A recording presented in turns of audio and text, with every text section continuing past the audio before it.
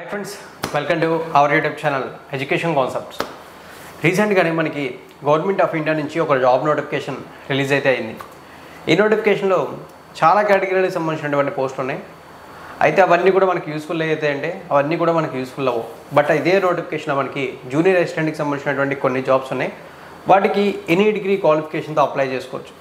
అయితే మీరు డిగ్రీ క్వాలిఫికేషన్తో ఒక మంచి జాబ్ కోసం వెయిట్ చేస్తూ ఉంటే, గవర్నమెంట్ సెక్టర్ జాబ్ కోసం వెయిట్ చేస్తూ ఉంటే ఈ నోటిఫికేషన్ అయితే మీకు యూస్ఫుల్ అవుతుంది. మీరు చేయాల్సింది ఏంటంటే వీడియోని ఎక్కడ కూడా స్కిప్ చేయకుండా ఎండింగ్ వరకు చూసి నోటిఫికేషన్ డీటెయిల్స్ అన్ని కూడా క్లియర్గా అయితే తెలుసుకోవడానికి ప్రయత్నించండి. ఒకవేళ ఏమైనా డౌట్స్ ఉంటే కామెంట్ సెక్షన్లో అయితే కామెంట్ చేసి మీ డౌట్ని క్లారిఫై అయితే చేసుకోండి. అండ్ ఆల్సో నాది ఒక చిన్న రిక్వెస్ట్, మీరు వీడియోని పూర్తిగా చూసిన తర్వాత నా ఎక్స్ప్లెనేషన్ నచ్చినట్లయితే లైక్ చేసి సపోర్ట్ చేయండి.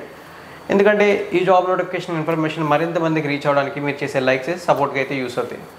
ఇక మనం ఆలస్యం చేయకుండా మెయిన్ డీటెయిల్స్లోకి వెళ్దాం.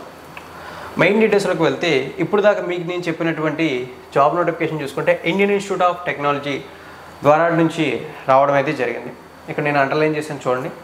అండ్ ఆల్సో ఈ జాబ్కి సెలెక్ట్ అయితే మీకు జాబ్ లొకేషన్ కర్ణాటకలో అయితే ఉండడం అయితే జరుగుతుంది. అయితే ఈ జాబ్స్ కర్ణాటకలో జాబ్ లొకేషన్ అనగానే ఆంధ్రప్రదేశ్ వాళ్ళు తెలంగాణ వాళ్ళు అప్లై అయితే చేయొచ్చు అని ఒక డౌట్ మీకు రైజ్ అయ్యి ఉండొచ్చు. ఫస్ట్ ఆఫ్ ఆల్ మీరు ఒక విషయం గుర్తుంచుకోవాలి, ఇది సెంట్రల్ గవర్నమెంట్ జాబ్. ఈ జాబ్కి ఆల్ ఓవర్ ఇండియన్ సిటిజన్స్ అందరూ కూడా ఈ జాబ్స్కి అప్లై అయితే చేయొచ్చు. Both male candidates and female candidates ఇద్దరికీ కూడా అప్లై చేయడానికి ఎలిజిబిలిటీ ఉంది.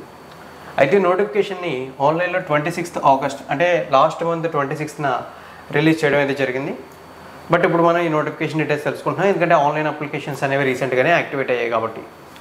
సో ఇప్పుడు డీటెయిల్స్లోకి వెళ్ళినట్లయితే ముందుగానే చెప్పినట్లు ఈ నోటిఫికేషన్లో అడ్మినిస్ట్రేటివ్ కేటగిరీకి సంబంధించి, టెక్నికల్ కేటగిరీకి సంబంధించి చాలా పోస్టులు ఉన్నాయి. బట్ ఇందులో మనం చాలా పోస్టుల డీటెయిల్స్ తెలుసుకోవాల్సిన అవసరం లేదు, ఎందుకంటే వీటికి ఎడ్యుకేషన్ క్వాలిఫికేషన్స్తో పాటు కొన్ని అడిషనల్ క్వాలిఫికేషన్స్ అండ్ ఎక్స్పీరియన్స్ కూడా అడుగుతున్నారు. సో అందుకోసం ఆ పోస్టుల డీటెయిల్స్ అన్ని కూడా ముందుగానే టర్మినేట్ అయితే చేశాను. సో ఇప్పుడు మనం ఈ నోటిఫికేషన్లో యూస్ఫుల్ అయ్యేటటువంటి పోస్టులు ఏంటి అనేది చూస్తే, ఈ నోటిఫికేషన్లో జూనియర్ అసిస్టెంట్కి సంబంధించి కొన్ని పోస్టులు ఉన్నాయి. వాటికి ఎటువంటి ఎక్స్పీరియన్స్ లేకుండానే ఈ జాబ్స్కి అప్లై అయితే చేసుకోవచ్చు. ఇన్ కేస్ మీకు ఇంట్రెస్ట్ ఉంటే ఇప్పుడు ఆ జాబ్ నోటిఫికేషన్ డీటెయిల్స్ చెక్ చేయబోతున్నాం. సో ఈ జూనియర్ అసిస్టెంట్కి సంబంధించిన నోటిఫికేషన్ అయితే టోటల్గా 3 పోస్టులు అయితే ఉన్నాయి. వీటిని మనకి కేటగిరీ వైజ్ డివైడ్ చేశారు. అన్రిజర్వ్డ్ కేటగిరీకి సంబంధించి ఒక పోస్టు, ఎస్టీ కేటగిరీకి సంబంధించి ఒక పోస్టు, ఎకనామికల్లీ వీకర్ సెక్షన్కి సంబంధించి ఒక పోస్ట్ అని చెప్పి ఏదైతే నోటిఫికేషన్లో ఉన్నటువంటి 3 పోస్టులు ఉన్నాయో వాటిని ఈ విధంగా కమ్యూనిటీ వైజ్ డివైడ్ చేశారు. అండ్ ఆల్సో ఈ జూనియర్ అసిస్టెంట్ జాబ్కి సెలెక్ట్ అయిన వాళ్ళకి సెంట్రల్ గవర్నమెంట్ లెవెల్ 3 ప్రకారం శాలరీ పే చేస్తుందని చెప్పారు. లెవెల్ 3 ప్రకారం శాలరీ అంటే అరౌండ్ అన్ని అలవెన్సెస్తో 40,000 రూపాయల వరకు శాలరీ అనేది పర్ మంత్ రావడం జరుగుతుంది ఈ జాబ్కి సెలెక్ట్ అయిన క్యాండిడేట్స్ చూసుకున్నట్లయితే. ఈ జూనియర్ అసిస్టెంట్ జాబ్కి అప్ టు 27 years వరకు అప్లై చేయొచ్చు. అండ్ ఆల్సో ఇవి సెంట్రల్ గవర్నమెంట్కి సంబంధించిన జాబ్స్ కాబట్టి గవర్నమెంట్ ఆఫ్ ఇండియా రూల్స్ ప్రకారం రిజర్వేషన్ ఉన్న కమ్యూనిటీస్కి ఏజ్ రిలాక్సేషన్స్ కూడా ఉంటాయి. ఆ ఏజ్ రిలాక్సేషన్స్ అనేవి చూసుకుంటే జనరల్ కేటగిరీకి మనకి ఎటువంటి ఏజ్ రిలాక్సేషన్స్ ఉండవు. ఓబీసీ కేటగిరీ వాళ్ళకి 3 years, ఎస్సీ ఎస్టీ కేటగిరీ అభ్యర్థులకి 5 years, person with bench mark disability వాళ్ళకి 10 years ఏజ్ రిలాక్సేషన్ అయితే ఉంటుంది. ఇక మనం ఎడ్యుకేషన్ క్వాలిఫికేషన్స్ చూసుకుంటే ఈ జూనియర్ అసిస్టెంట్ జాబ్కి ఎవరైతే ఈ జాబ్కి అప్లై అయితే చేయాలనుకుంటున్నారో వాళ్ళు డిగ్రీ పూర్తి చేసి ఉండాలి. డిగ్రీలో మీరు బీఏ, బీఎస్సీ, బీకామ్ అని చెప్పి రెస్ట్రిక్షన్స్ లేవు. ఎనీ డిగ్రీ క్వాలిఫికేషన్తో అప్లై చేయొచ్చు. బట్ ఇక్కడ ఉన్న ఒకే ఒక రెస్ట్రిక్షన్ ఏంటంటే డిగ్రీలో అట్లీస్ట్ 55% ఆఫ్ మార్క్స్ మీకు ఉంటేనే జాబ్స్కి అప్లై అయితే చేసుకోగలరని చెప్పి మెన్షన్ అయితే చేశారు. అది ఏ కేటగిరీ అయినా సరే, అంటే ఎస్సీ కేటగిరీ అయినా, ఎస్టీ అయినా, లేదా ఓబీసీ, జనరల్ కేటగిరీ, ఏ కేటగిరీ అయినా సరే మీకు డిగ్రీలో 55% ఆఫ్ మార్క్స్ ఉంటేనే ఈ జాబ్స్కి అప్లై అయితే చేసుకోవచ్చు అని చెప్పి క్లియర్గా అయితే మెన్షన్ అయితే చేశారు. అయితే అప్లై ప్రాసెస్ అయితే కంప్లీట్లీ ఆన్లైన్లోనే ఉంటుందని చెప్పి మెన్షన్ అయితే చేశారు. ఆన్లైన్లోనే అప్లై అయితే చేసేటప్పుడే మనం ఆన్లైన్లో అప్లికేషన్ ఫీజు కూడా పే చేయాల్సి ఉంటుంది. అప్లికేషన్ ఫీజు వివరాలను ఒకసారి చూసుకుంటే 500 రూపీస్ అప్లికేషన్ ఫీజుగా మెన్షన్ చేశారు. ఈ 500 రూపీస్ ఎవరు పే చేయాలనేది మనం క్లియర్గా అబ్జర్వ్ చేస్తే ఈ జాబ్స్కి అప్లై చేసే క్యాండిడేట్స్లో ఎవరైతే general category, OBC category and economical weaker section category candidates ఉంటారో వాళ్ళు మాత్రమే 500 రూపీస్ అప్లికేషన్ ఫీజు పే చేయాలి. Remaining candidates like person with bench mark disability, ex service men, SC ST and women candidates ఎవరైతే ఉంటారో వాళ్ళు ఎటువంటి అప్లికేషన్ ఫీజు పే చేయాల్సిన అవసరం లేదు. వాళ్ళకి అప్లికేషన్ ఫీజు నుంచి ఎగ్జంప్షన్ అయితే ఇవ్వడం అయితే జరుగుతుందని చెప్పి మెన్షన్ చేశారు. అండ్ ఆల్సో వన్స్ ఈ అప్లికేషన్ ఫీజు పే చేస్తే అది నాన్ రీఫండబుల్ అని చెప్పి కూడా మెన్షన్ అయితే చేశారు. ఇక్కడ ఈ డీటెయిల్స్ మీరు ఓవరాల్గా చెక్ చేసుకోవచ్చు. ఇవైతే అప్లై ప్రాసెస్కి సంబంధించిన వివరాలు. ఇక ఇప్పుడు మనం సెలక్షన్ ప్రాసెస్ వివరాలని చూడాలి.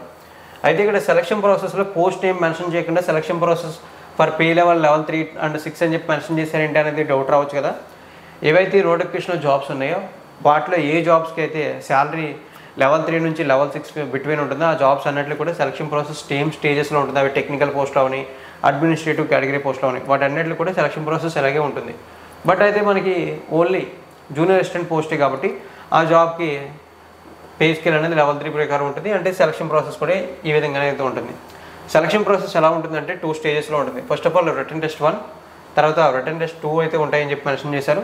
వీటికి వెయిటేజ్ చూసుకుంటే రిటన్ టెస్ట్ 1కి 20 to 40% ఆఫ్ వెయిటేజ్ ఇవ్వచ్చు, లేదా అలాగే రిటన్ టెస్ట్ 2కి 80 to 60% ఆఫ్ వెయిటేజ్ అనేది ఇవ్వచ్చు అని చెప్పి మెన్షన్ అయితే చేశారు. సో ఓవరాల్గా ఈ రిటన్ టెస్ట్లో ఎవరైతే బెస్ట్ పర్ఫార్మెన్స్ ఇస్తారో క్యాండిడేట్స్, అంటే మంచి స్కోర్ అయితే చేస్తారో వాళ్ళని షార్ట్ లిస్ట్ చేసి వాళ్ళకి జాబ్స్ అలాట్ చేయడం అయితే జరుగుతుంది. ఐ మీన్ జాబ్కి సంబంధించినటువంటి కాల్ లెటర్స్ అనేవి రావడం అయితే జరుగుతుందని చెప్పి మెన్షన్ అయితే చేశారు. సెలక్షన్ ప్రాసెస్ అయితే చాలా సింపుల్గా ఉంటుంది అండ్ ఆల్సో చాలా త్వరగా కూడా కంప్లీట్ అయిపోతుంది. ముందుగా ఈ నోటిఫికేషన్ అయితే మనకి 26th August రిలీజ్ అయిందని చెప్పుకున్నాం కదా. ఆన్లైన్లో అప్లై అయితే చేయడానికి లాస్ట్ డేట్ చూసుకుంటే 29th Septemberగా మెన్షన్ అయితే చేశారు. అంటే ఈ నెల 29వ తారీఖు ఇంట్రెస్ట్ ఉన్న క్యాండిడేట్స్ ఈ జాబ్స్కి అప్లై చేయడానికి లాస్ట్ డేట్గా మెన్షన్ చేశారు. సో ఫ్రెండ్స్, ఏదైతే మనకి రీసెంట్గా గవర్నమెంట్ ఆఫ్ ఇండియా నుంచి రిలీజ్ అయినటువంటి ఇండియన్ ఇన్స్టిట్యూట్ ఆఫ్ టెక్నాలజీ ద్వారా ఏదైతే ఉందో దానికి సంబంధించినటువంటి ఈ డిపార్ట్మెంట్కి సంబంధించినటువంటి జాబ్ నోటిఫికేషన్ ఫుల్ డీటెయిల్స్ అయితే ఇవి. నా ఎక్స్ప్లెనేషన్ మీకు నచ్చినట్లయితే లైక్ చేసి సపోర్ట్ చేయడంతో పాటు ఇన్ఫర్మేషన్ వీలైనంత వరకు మీ ఫ్రెండ్స్కి షేర్ చేయండి. ఇంకొకసారి చెప్తాను, మీకు ఏమైనా డౌట్స్ ఉంటే తప్పనిసరిగా కామెంట్ సెక్షన్లో కామెంట్ చేసి మీ డౌట్స్ అనేది క్లారిఫై చేసుకోండి. థ్యాంక్ యూ ఫ్రెండ్స్, వీడియోని ఎండింగ్ వరకు వాచ్ చేసినందుకు.